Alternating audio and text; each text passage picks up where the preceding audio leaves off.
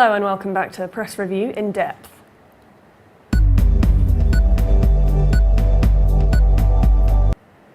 Our Monitor features an article saying a Hezbollah sanctions bill expected to be introduced shortly in the House would allow the Treasury Department to target central banks and other financial institutions that engage with the group. The Hezbollah International Financing Prevention Act says it broadens financial sector sanctions against Hezbollah, forcing other critical designations regarding the terrorist organisation, and targets their media appendage Al-Manar. The article says the US hopes to undermine a key ally of President Bashar al-Assad in Syria while also targeting Iran, Hezbollah's main sponsor, without running afoul of the Obama administration's request to lay off new nuclear-related sanctions while diplomatic talks continue.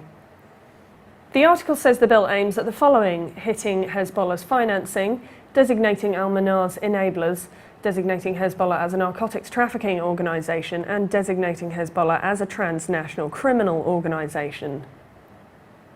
The article also says when Secretary of State John Kerry was making the case for military strikes against Syria last year, the congressman asked if the use of force authorisation would also cover the Shiite militia.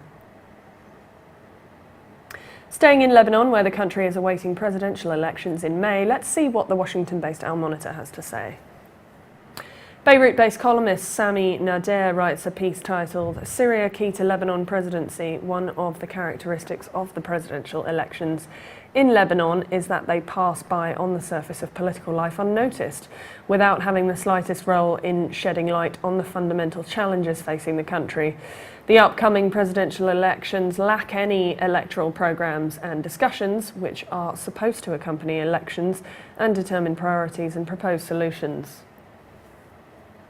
The writer adds, in Lebanon there are no campaigns and no official candidates. The constitutional time frame for the election of the Lebanese president started on March 25th, and no candidate has yet officially presented his candidacy for office in accordance with democratic rules and customs.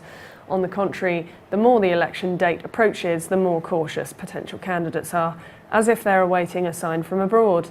They avoid any media appearance, and if they ever do appear in the media, they smooth the edges and remain careful not to make any mistake that might undermine their image as a candidate of consensus. Sami Nader continues, saying the closer we get to election day, the more paralysed political action in the country becomes, and the discussions on contentious issues decrease. Thus, this pivotal moment of democratic life is slipping right through the hands of Lebanon.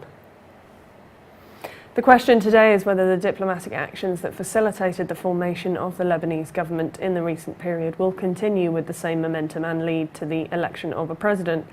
The answer depends on the cost to be borne by this or that party. There is no doubt that the formation of the government in Lebanon, which was delayed for 10 months, took place concurrently with a regional setting in which Iran wanted to open up to the West and deal positively with various issues, showing goodwill to prove its credibility as a partner that signed the Framework Nuclear Agreement and seeking a broader partnership in other regional files.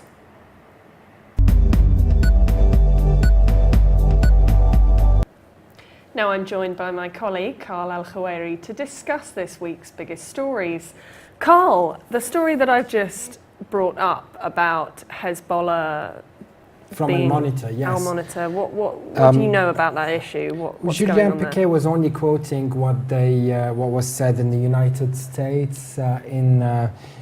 He quoted what they said about Hezbollah. They still use the term terrorist when they refer to this organization, which is more like a quasi-political party now.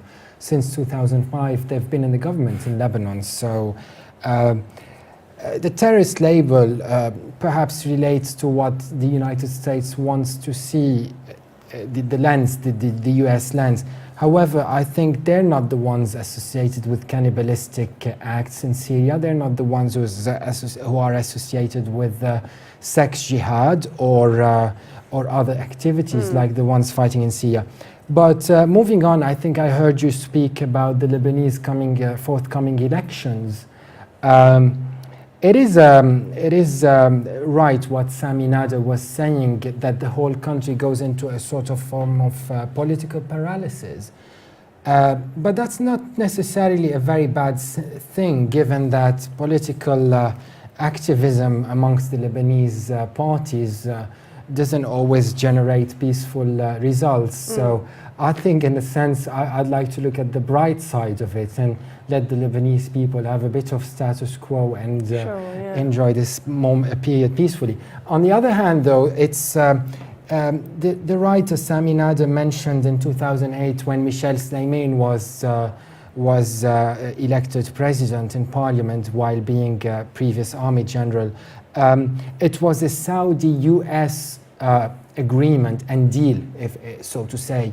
But this year he speculates or he assesses the situation by saying it could be a Saudi-Iranian compromise before choosing a Lebanese president.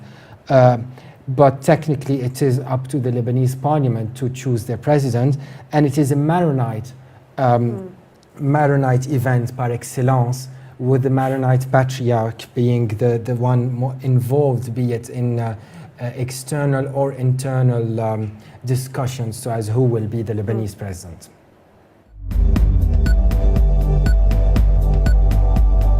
And for more updates, please visit levant.tv.